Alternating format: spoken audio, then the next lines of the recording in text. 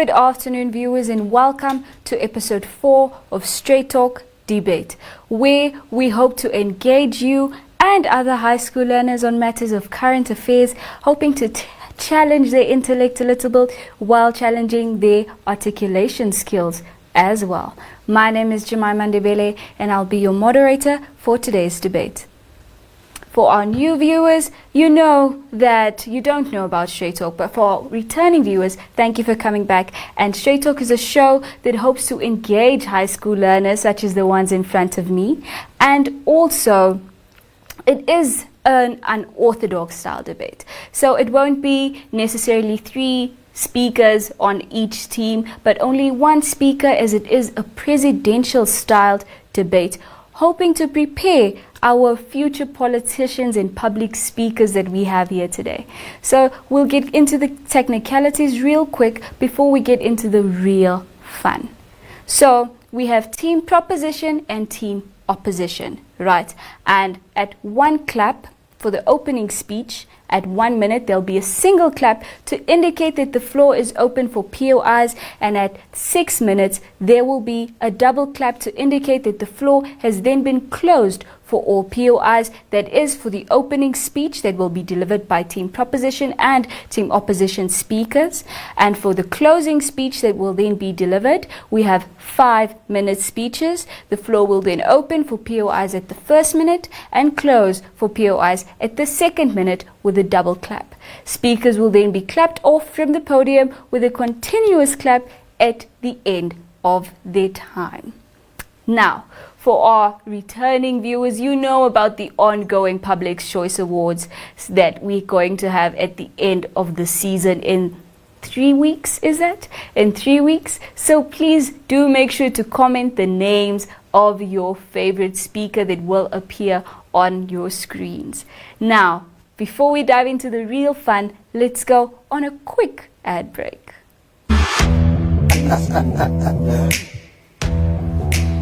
Yeah, welcome to another exciting edition.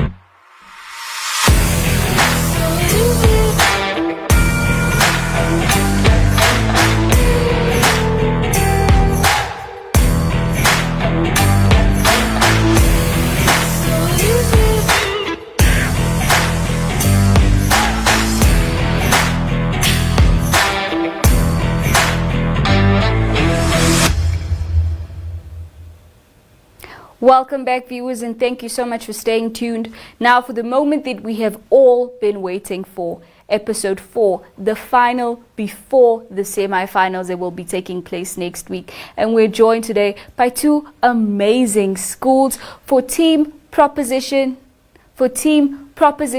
we have Concordia College, and for team opposition, we have Jacob Marengo Tutorial Colleges. Today we're in the room with a bunch of amazing college learners, and the motion for today is something that has been on the mouths of politicians, to farmers, and even conservationists, because this is a topic that affects us all. And as you know, here at Straight Talk Debate, we hope to encourage a culture of discussion and dialogue on current affairs. That's why we have our young people here today to deliver their 2 cents and so that you, our viewers, can hear what they have to say and see how their minds work. I hope that in that break that you got your thoughts ready and your thinking caps on, because these young ladies are going to challenge you today. So the motion for today reads as follows. This house is against the drilling and extraction of oil reserves in Namibia. This house is against the drilling and extraction of newly discovered oil in all Namibian reserves. I hope you viewers have that. And now that you're ready to engage with us, I hope you're ready and you have your notebooks and your pens and you're ready to make comments and all of that. And please do make sure to comment the name of your favorite speaker so that they stand a chance of winning the Public's Choice Award. So the more the comments, the more their chances are. So without further ado, I'd like to call on Speaker 1 from Team Proposition.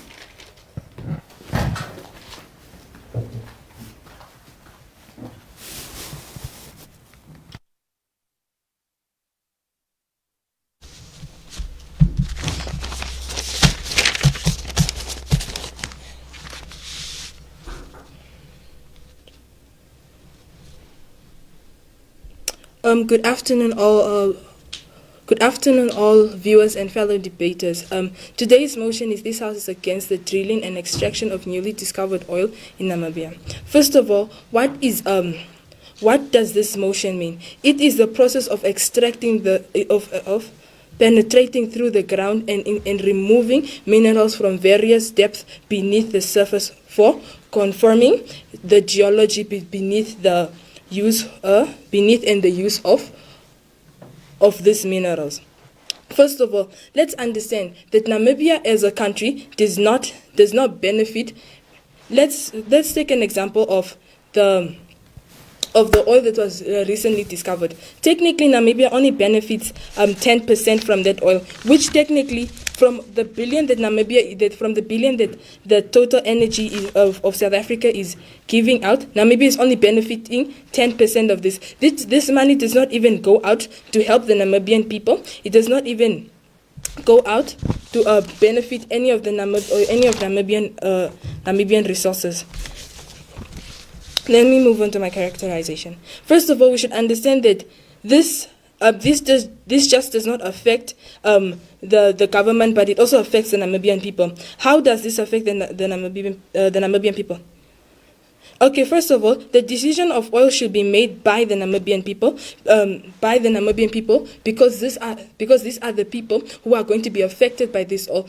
Technically, this oil is not benefiting no one in the Namibian country, because 10% of this money, like I said before, does not go out to do anything for the Namibian nation.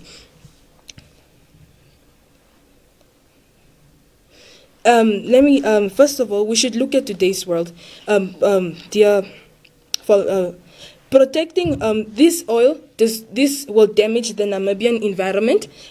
It does not protect Namibian wildlife. Let's take an example. Namibia is well known for its wildlife and sea life. So if we are going to go and start extracting oil from any part of Namibia, well, this is going to lead to desertification, loss of wildlife, and loss of sea life.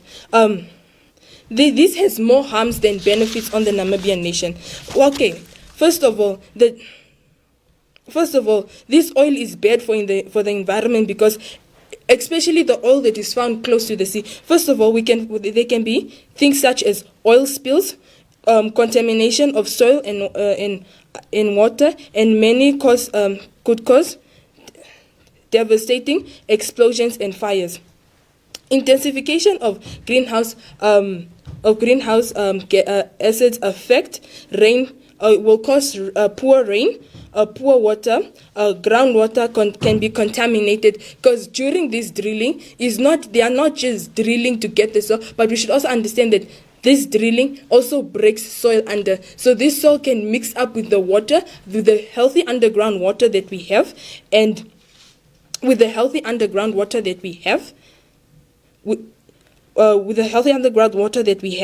and many people, like especially Namibia is a dry country, so many areas like in the northern part of Namibia, most of them depend on underground water. So imagine drilling creating an oil mine that side would increase high chances of those people having to drink polluted water, as they already have problems with not having enough water.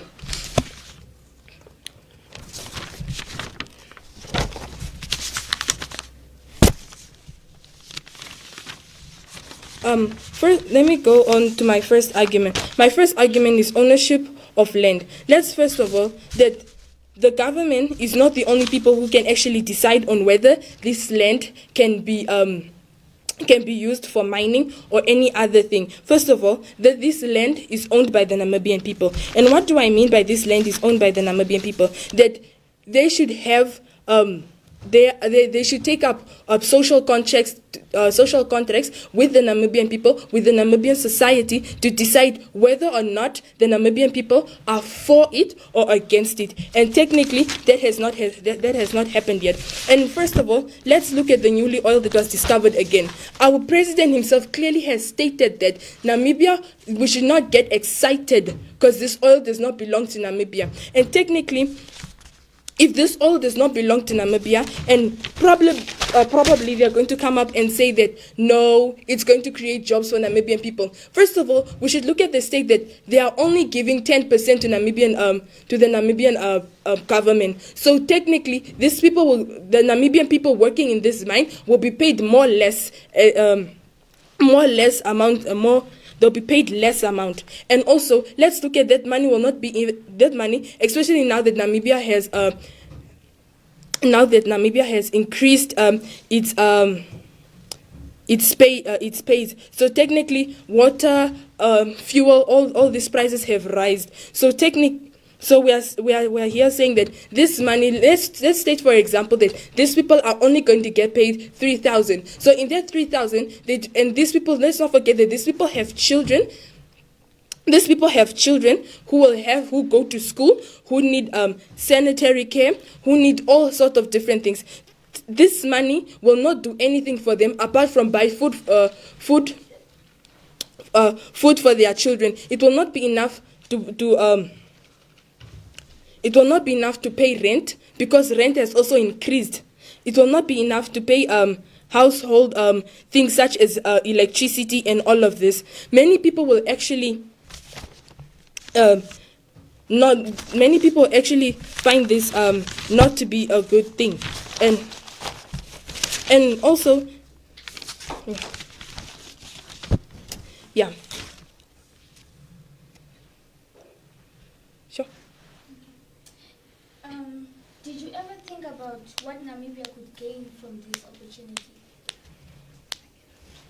First of all, Namibia is gaining 10% from the oil that was discovered. And like I said before, like this 10% amount that Namibia is receiving is not even going out to help the Namibian people. Because as we all know that corruption happens everywhere. So it might be that this money will not even be enough to provide proper education to learners. Because let's be honest, if we were to get 1 million from this oil, what will that 1 million do?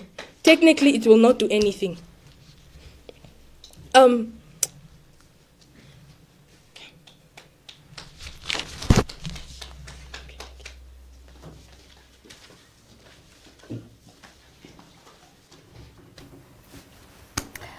A wonderful and mind-provoking opening speech there from Team Proposition, and quite the way to solidify the foundation of this debate. We hope to see Team Opposition coming in and cracking down that concrete for our viewers to also just get a different perspective of this debate. So now we'd like to call upon the speaker from Team Opposition to come and deliver her opening speech.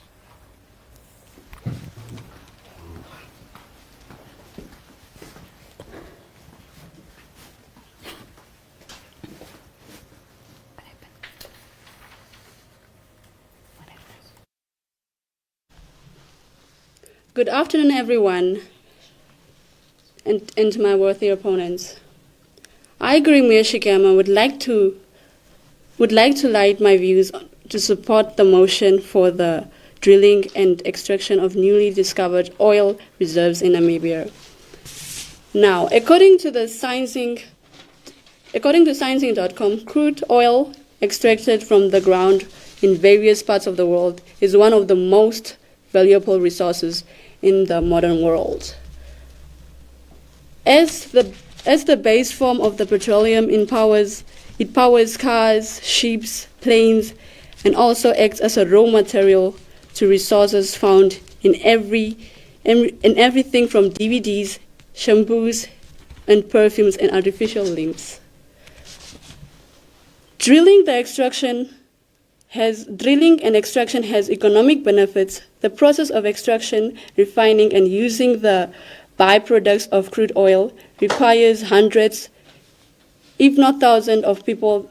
The industry around oil drilling and oil itself creates jobs in wide numbers of industries, including shipping and transportation, as well as medical research. In additional to that, the environment, we also benefit it environmentally. Like drilling oil reduces pressure of oil reservoirs underground, which greatly reduces the amount of hydrocarbon and the amount of methane gases in the atmosphere. Now, to just name other benefits of drilling that Namibia will benefit from, it paves way for new habits. What I mean by this is that many are afraid of the role of oil spills that can potentially be a disaster for the environment, animals, and nearby communities. However, oil rigs can actually help create unique habitats for different creatures such as birds and other water creatures.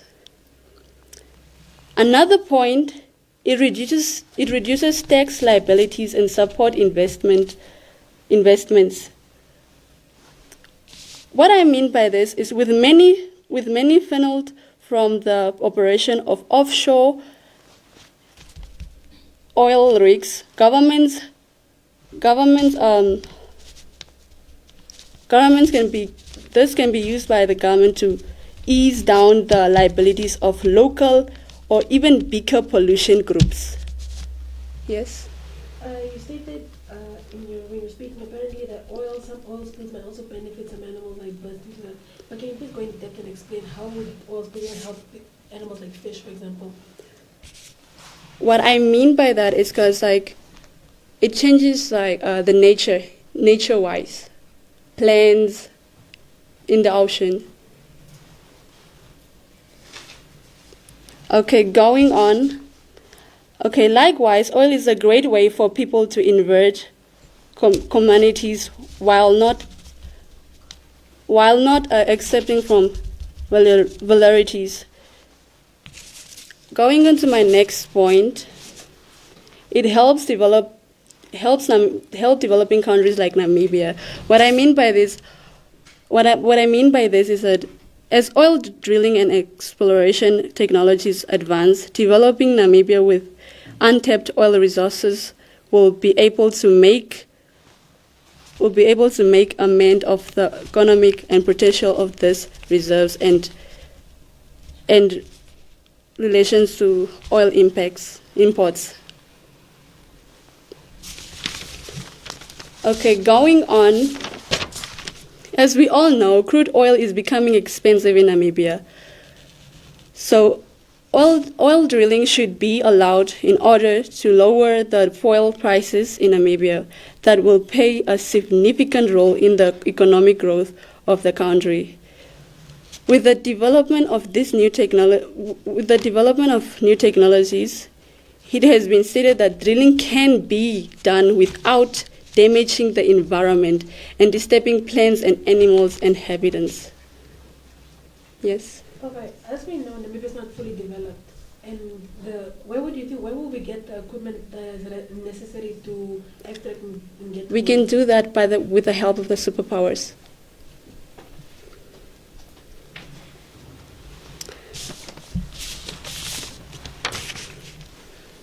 Countries such as Russia, Southern Arabic, and China have achieved economic stabilities due to recovering crude oil and natural gases. With domestic production, gas and energy prices go down, which indicates how well an economy will perform. If these countries gain all of this, why can't Namibia give a try so we can recover our economic stability? I thank you.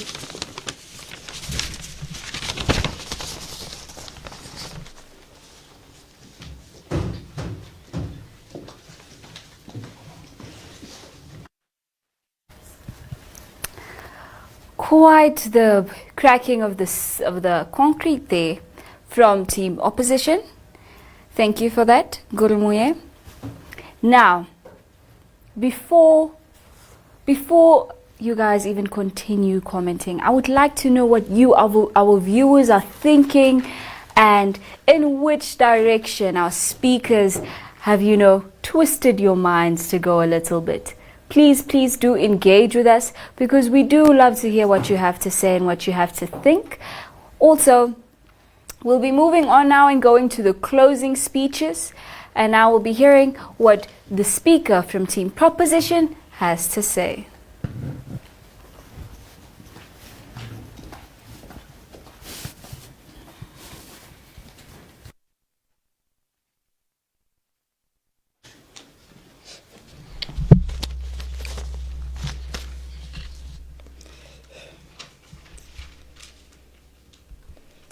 First of all, I'm going to start off with my rebuttals. The first speaker from Team Opposition came up saying that drilling is going to drilling these oils and the oil spills that are going to happen are going to change the way the natural environment. First of all, yes, it's going to change the natural environment, but for the worst state. And my second speaker asked a POI, how is this going to happen? And technically, she could not explain to us how this is going to happen. Now I'm going to tell you this. First of all, oil spills in the oceans have killed over many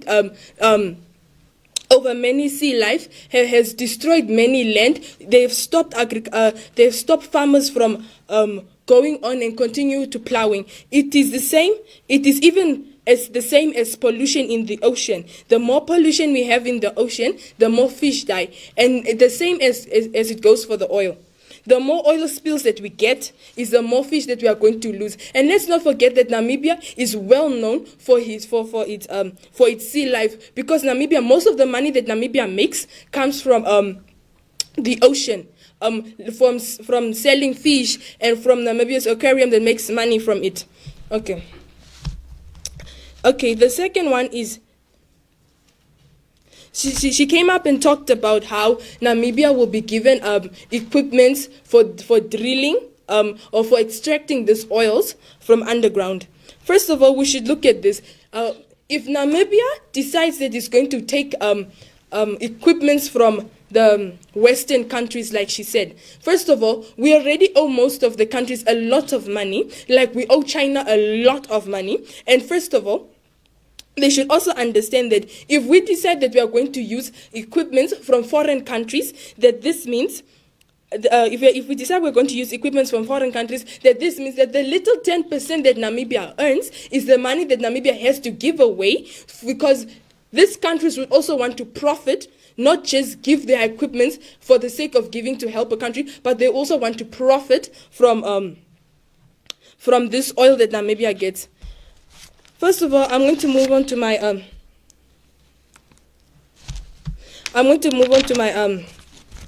second argument. I'm going to move on to my second argument, which is this affects oil drilling affects Namibian wildlife and the environment. First of all, let's look at this. Imagine a world where you are doing something to earn money, but not protecting the natural resources, not protecting the natural environments that come with this. Like, let's say, oil. I'm going to tell you why oil is bad for the environment. First of all, oil is bad for the environment because oil spills can happen, like I said before, into the ocean. It can cause explosions and fire. Deforestation can happen. And let's look at this. If Namibia is already a dry, yes?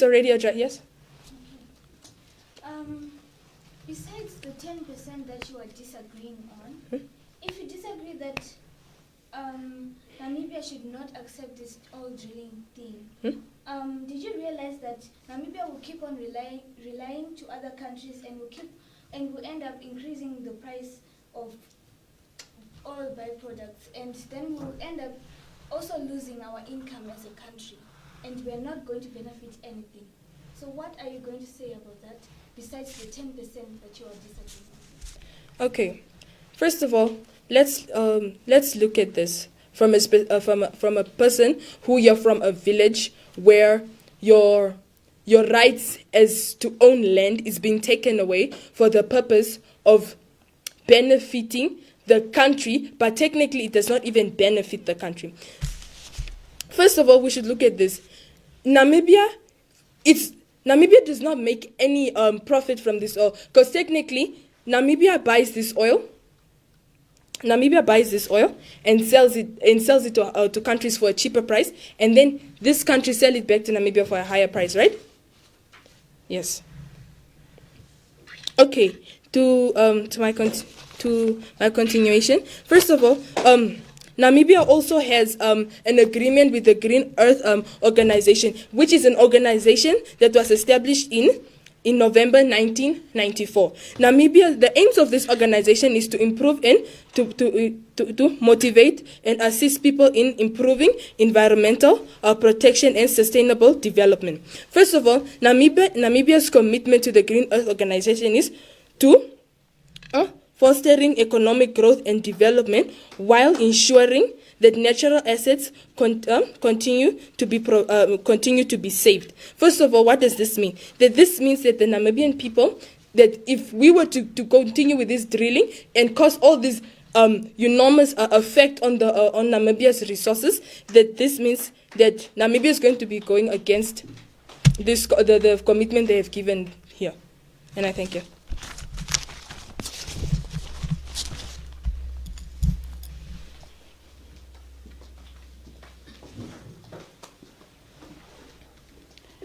By the looks of things, viewers, I bet you can tell as much as I can that we are seated in a room full of future bill drafters, parliamentarians, maybe even presidents. Who knows? The world is their oyster.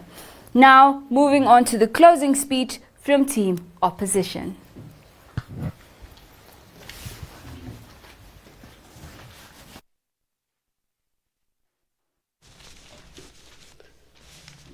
Okay, now, my proposition team here failed to actually give another chance to my colleague here to raise her question. Again, as I said, oil in Namibia should be allowed in order to lower the fuel prices in Namibia. That will play a significant role in the economic growth. Okay, now drilling and extraction of oil, I also mentioned it's important to Namibia because it creates employment partially for the youth. And when you said, my proposition here said that it's going to take away homes for people living in the area. Now, obviously the government will put in consideration to that they will have to move the people into a new location where they can actually build their homes. And now, moving on, oil drilling and extraction can also lead to increasing rate of the government revenue. Oil drilling and extraction can reduce the reliance of Namibia on energy from other countries. Yes, we will have, like I said, we will have superpowers helping us out. But she said that, my proposition said, us doing that, we will have more debts to pay. To that, I would like to say we are already, with that, we can actually help out with like job, at least like we will have employment in Namibia, because a lot of people are sitting at home have no jobs and nothing to feed their families with. So that can help within job production. And I also said, because she keeps on emphasizing on the fact that, she keeps on emphasizing on the fact that it will destroy wild animals, it will destroy the environment and so on. As I said, with the help of technology, that can be prevented. Yes, Okay. You stated as how this will be able to create jobs for the youth. Now you must also take into consideration that you can't just take anybody to come work in those factories. You need people that have experience and, let's say, qualifications. So they'll only take a specific amount of people that are qualified, not just anybody. But it will reduce unemployment in Namibia. Because even though we will take certain amount of people with the requirement needed, it still reduces unemployment in Namibia. Now, extraction and drilling of oil boosts the economic growth rate, partially in Kavango region. Like, as we all know, oil has been found in the Kavango region. This, as we all know, that Kavango region is a region with poor infrastructures, and that can improve the infrastructure of Kavango, improving in terms of living conditions. It will improve for people living in the Kavango region, and this will transform the lives of people there.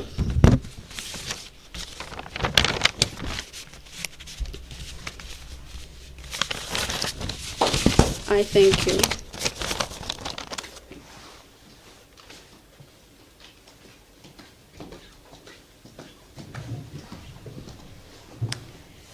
Thank you for that riveting speech, Gurimuye.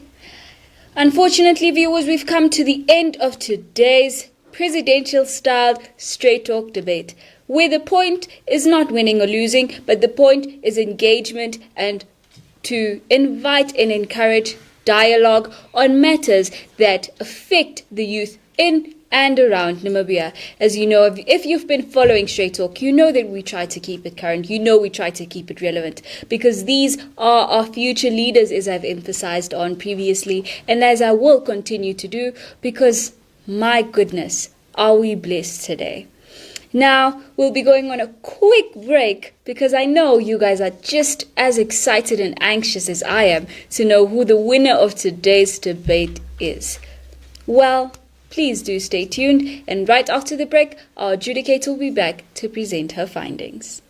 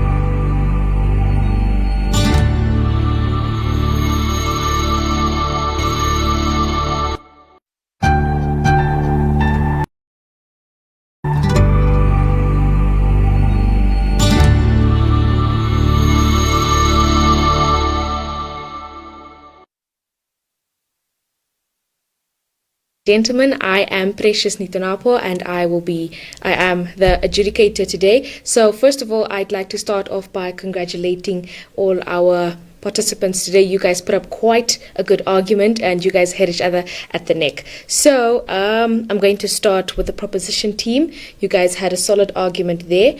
However, I do feel like you could have improved on the strategy and your content. Your content was very strong. You could have been a bit more elaborative. So, but For your content, I gave you an 18, and your total score in your opening speech was 76.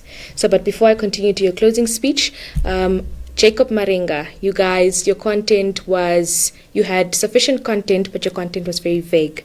So had you been more elaborative with your content and more attacking with your strategy, you guys would have definitely nailed them or had them by the neck. So with that, you in your first round, you scored a total of 68. But with the closing speeches and the rebuttals, you guys were definitely more open to accepting your rebuttals, and you were down to accept them head on and answer them. However, Concordia, the proposition team, you guys were not very keen on answering rebuttals, so that made you look like you were trying to go for the easy route out. So take the rebuttals on and answer them like they are, the POIs. Okay. So, but for the closing speech, proposition team, 77 points, and for the closing speech, Jacob Marenga, 62 points.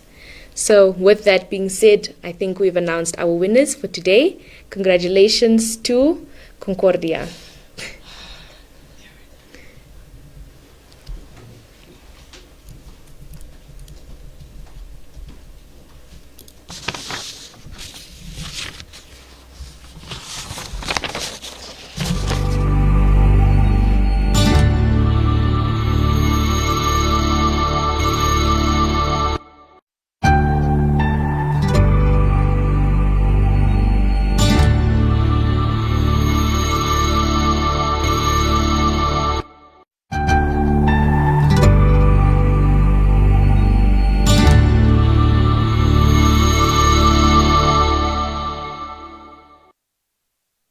Viewers, the winner has been announced. Please do make sure to join us next week for our semi-finals and the week after that, as we'll see some of the top performing schools go head to head. Also, please do take note, this is not the end. Straight Talk will be back with another debate season that will be even more engaging and even more thought-provoking. So please, congratulations to Concordia College and also Jacob Marengo, because honestly, as our adjudicators said, they went head to head.